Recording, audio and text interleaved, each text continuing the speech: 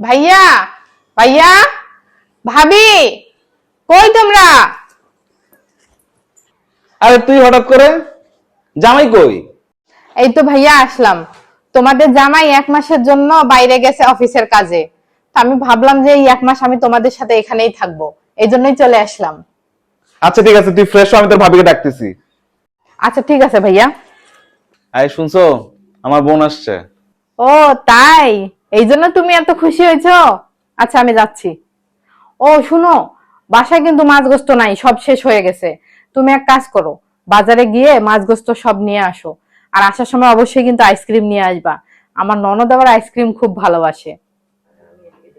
দাঁড়াই আসো কেন, যাও।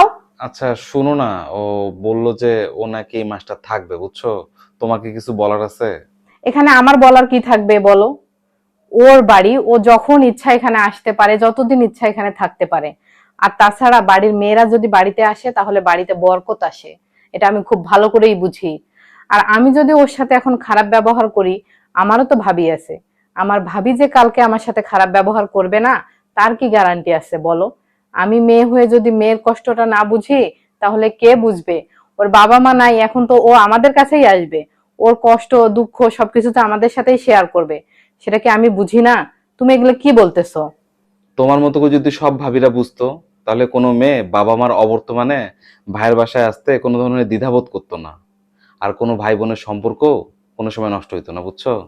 হইছে, যাও। আর কথা বলতে হবে না, আমি যাচ্ছি ওর কাছে। আচ্ছা, যাচ্ছি।